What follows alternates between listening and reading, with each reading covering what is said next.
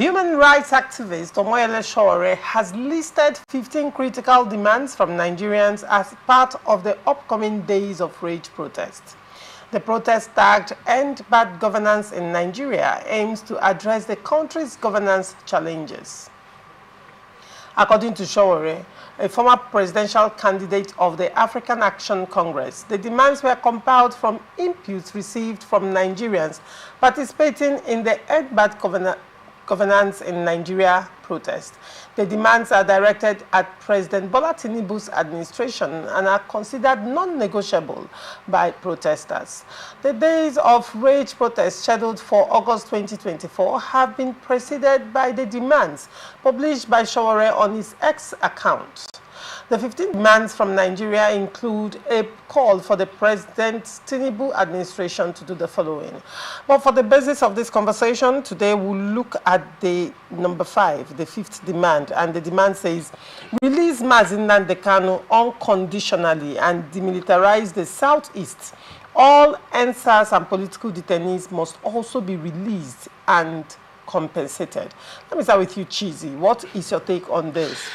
That is one of the things that ended the NSAS protest. If you begin to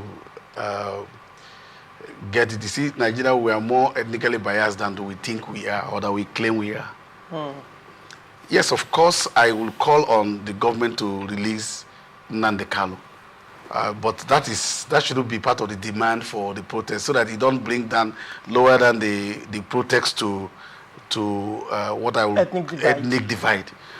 Let me tell you this. It is enough that we're hungry.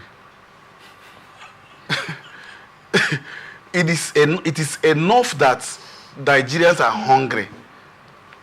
I'm sorry to say it here publicly, that I have led a group called ICU Group for more than 15 years.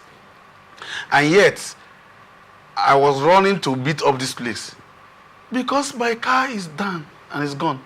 So Nigerians are hungry.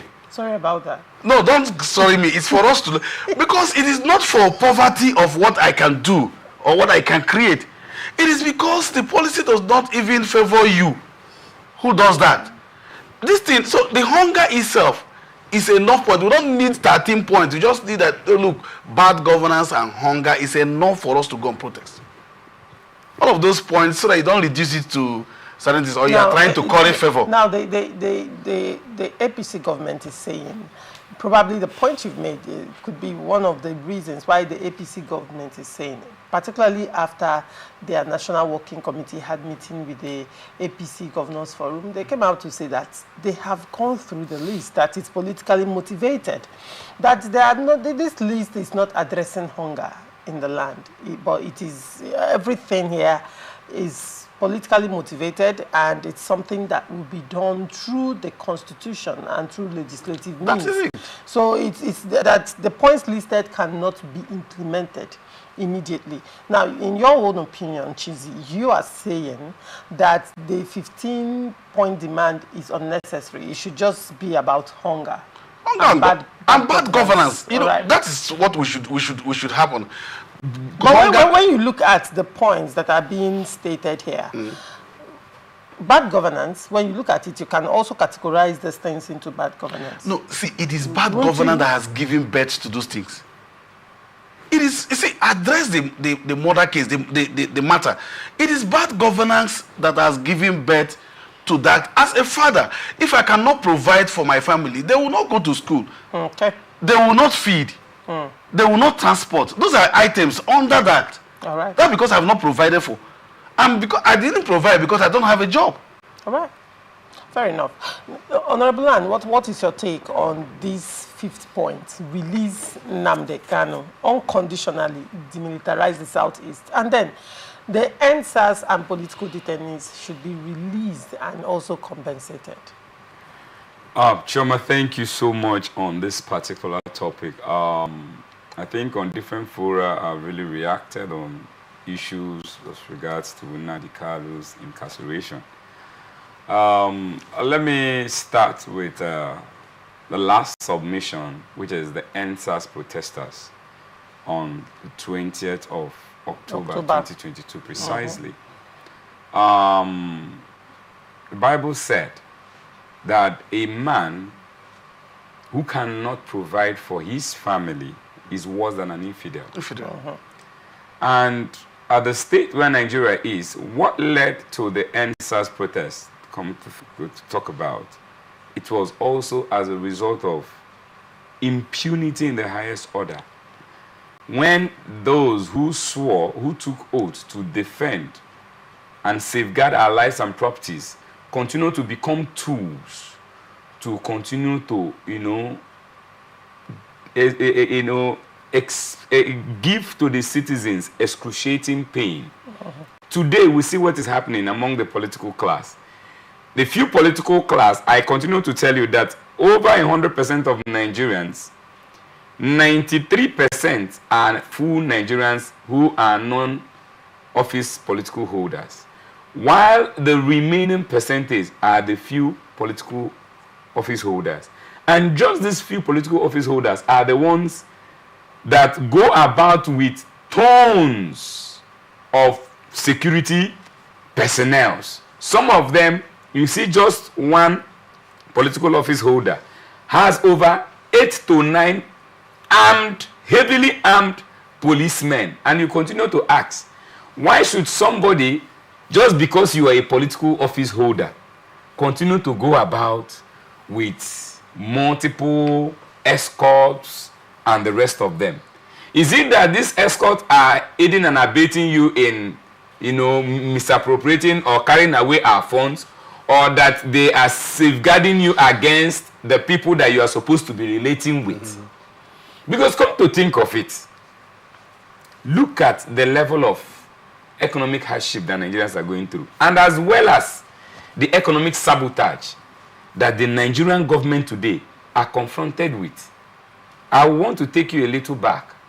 We have an indigene in the person of Alhaji Dangote, who came to establish a refinery for Nigerians so that our God-given natural resources, instead of it being exported at a God unforgiving price and given to Nigerians at a very, deplorable state, he said, let him come and invest in Nigeria. Only for internally him to continue to be sabotaged, both within the National Assembly, the NNPCL, and the rest of them. Now, coming down to the case of these NSAS protesters, these people came out to say that there is a lot of ambiguity among the security agents. Then, before, when you see the members of the SARS, they molest you even when you're well-dressed, so looking good, and they'll ask you, why should you look so good? Choma, just like the way I admire your beauty this morning and how ravishing you look like. And somebody, because they are carrying arm, and they'll continue to molest you, continue to make you look less of yourself. I continue to wonder, is any Nigerian more Nigerian than the other? The answer is no. Now, taking it back to the case of Nnamdi Kanu, Choma, let me tell you that it costs Nigeria nothing to release Nnamdi Kanu. And as a matter of fact, it profits Nigeria more to release Nnamdi Kanu. Reason is that, if you're not aware, I will inform you that over 3 oil wells in Nigeria today, especially within the southeast, are non-operational just because of the incarceration of Nnamdi Kanu. And also remember that on different courts of Nigeria, Nnamdi Kanu has continued to face trial, and the Nigerian government has not been able to come out to tell Nigerians what Nnamdi Kanu has done for him to be incarcerated. Yes, our constitution, based on the introduction and preamble, said that as a nation, under one God, we are indissoluble. Therefore, anyone who continues to incite people negatively is seen as treason. Okay, fine and good. But that is until a court of competent jurisdiction with facts presented before it, do that. But now, for the fact that the Nigerian government, and as well as some learned justices within the Judicial Council, has come to advocate and advise the federal government that Nigerian government should go about to settle with Nnamdi Kanu out of court. I think that is the best or the simplest of all the advice that we have seen in recent times. And I think that it is very important that the Nigerian military, because I'm sending this message direct to Mr. President, he is the Grand Commander of the Federal Republic of Nigeria and also the Chief Armed Forces of the Nigerian Army, he should demilitarize the Southeast. Because if you look at the internal insurgency that Nigeria is facing today, take for instance what happened in Omoyele yesterday.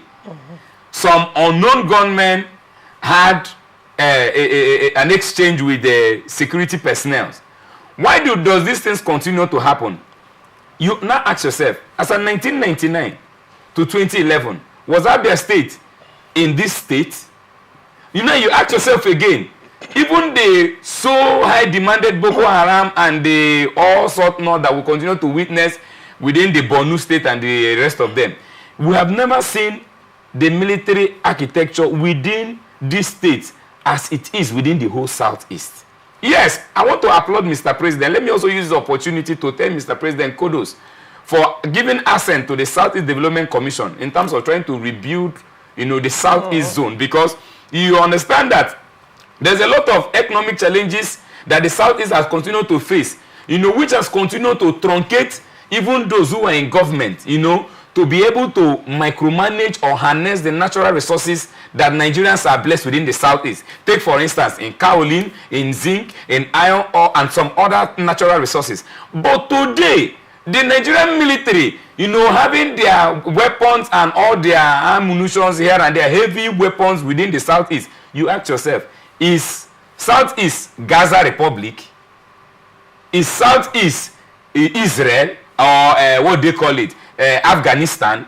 The Nigerian military will continue to. Nigerian military is supposed to defend us against external aggression. I think it is the responsibility of the Nigerian police and other paramilitary architectures like the immigration, the NSCDC, and the rest of them to continue to support the police, agency, in curbing the menace, and as well as with good policies by the government of the day in curbing the vices that are found within our society.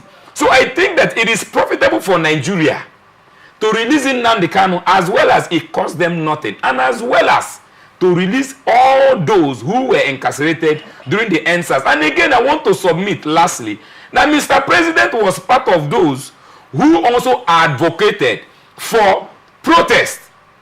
If you remember vividly, during the Nadoko days, Mr. President was among those who escaped Nigeria when the likes of Abacha were looking for him.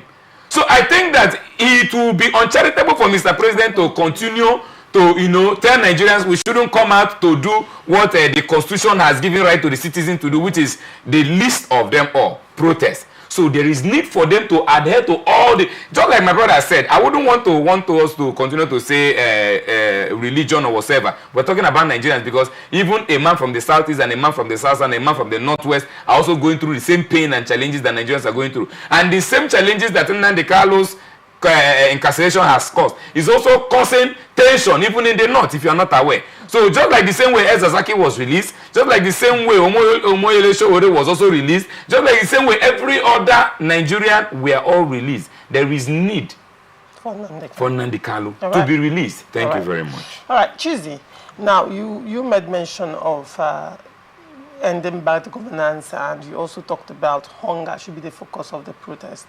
Now, still on the point of releasing Nnamdi Kanu, you recall that one of the issues that have bedeviled past administration has been the IPOB agitation, the agitation of the Southeast people.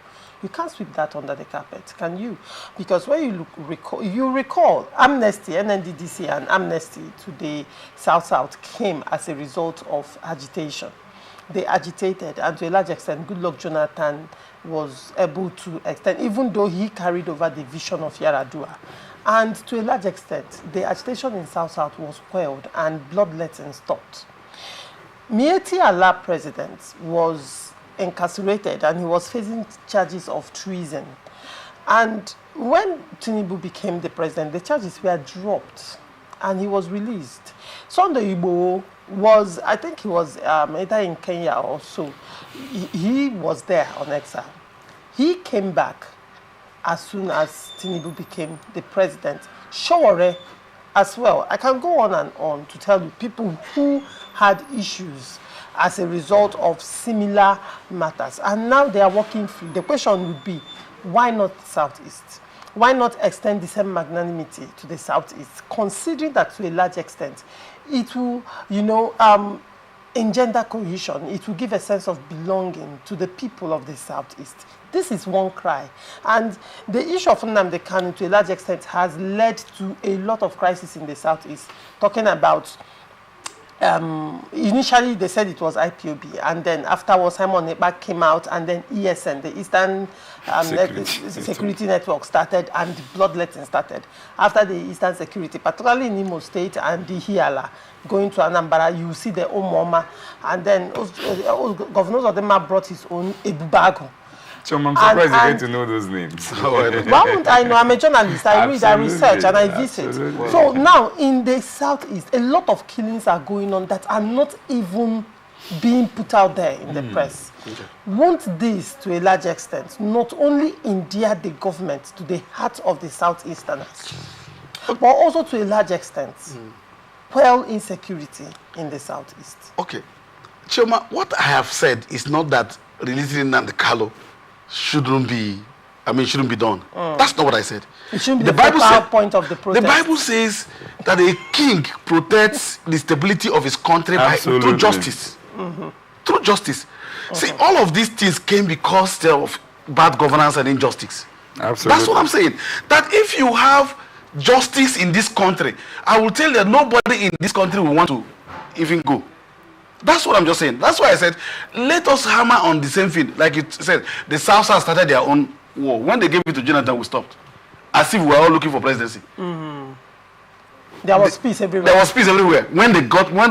So and the amnesty as well. The amnesty. So does it also mean that what we were looking for was the president or the good governance?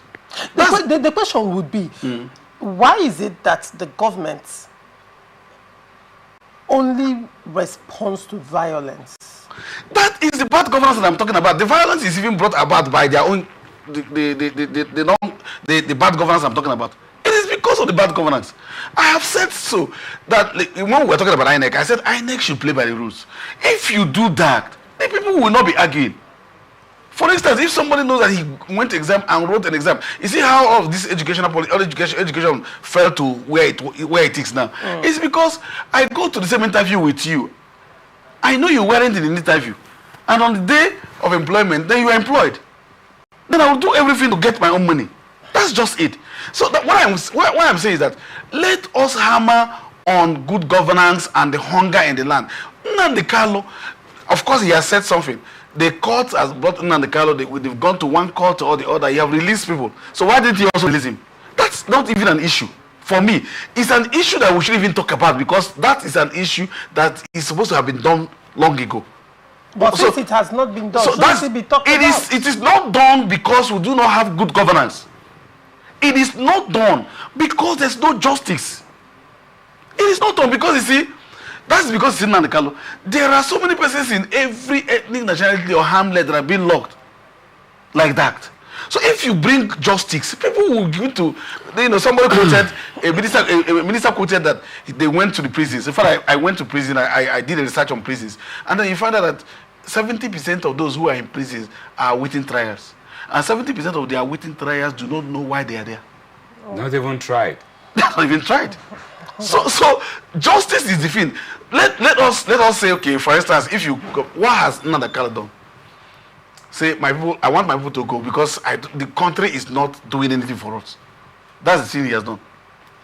Why is he saying that? Is it because the country has not done anything for us? Interesting. We'll leave it here at this point.